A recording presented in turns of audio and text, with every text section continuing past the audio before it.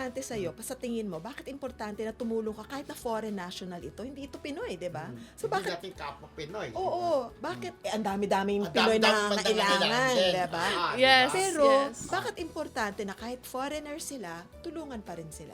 Kasi po, for example, may mga, for example, language barrier and yung sa culture na kaibahan. So parang, ako po yung naging instrument and way para tulungan sila kasi hindi sila agad-agad dito makaka-action. Like for example, yung sa language, hindi po sila, mahihirapan sila. So ako po is para, naging example po ako at instrument po para sa kanila para hindi sila mahirapan na gawin yung mga kailangan nila for immigration and everything. Kasi pag sa let's say sa sa kababayan ko po, sila kasi galing sila sa ibang bansa, then pumunta sila dito sa Pilipinas. Parang hindi naman nila ginusto na maging ganon sila eh. Okay. So nagkataon lang na talagang misfortune yung nangyari sa sitwasyon nila.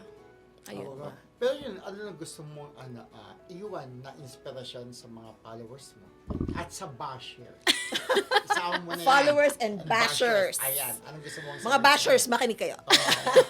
Makinig kayo, wag yun na akong ibas, tumutulong na nga ako sa amin. Ikaw pala yun.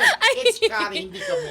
Ikaw. So, ayun po, ang message ko lang po sa kanila is sa mga supporters and ko po dyan, patuloy lang po yung pagsuporta nyo and especially sa mga basher. Kung wala kayo, wala din ako dito.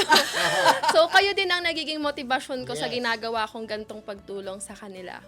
Ayun. Oh, 'di ba? Ang mga followers and bashers ang motivation, 'di ba? Yes. Kaya mag-follow kayo sa kanya. Kahit bashers, pumalo, di ba? Ako, magpa-follow ko sa'yo mamaya. It's Kari. Yes, Nakakatawa, thank you po. pinapanood ko yung mga, ilan ang mga natulungan mo? Siguro mga 20 to 30 foreigners, hindi ko na rin po mabilang. Talaga? Pero ilan na yung pinauwi mo? Ito, Pinauwi na, napauwi. mostly po kasi sa mga foreigner na encounter ko is ayaw po talaga nilang bumalik sa bansa nila kasi ang issue po is wala na silang family. So, Okay. mas lalong magiging homeless daw sila doon Okay. kasi wala na silang babalikan. Pero Okay. eto, may isa na po akong mapapauwi this coming end of the month of So February. siya lang ang uuwi. Yes po, kailangan talaga niyang Kailangan umuwi. niya umuwi. At meron siya naman siya uuwian. Yes po, meron naman po. So, Diba ang dami? Kari, yung mga nilalapit sa'yo, na mga walang trabaho, nabibigyan mo na ng trabaho sila. Yes Na po. ilalapit mo Opo, sila. ako po yung parang nagiging connection sa Okay. company, ayun po, instrument to connect to people. People. Right.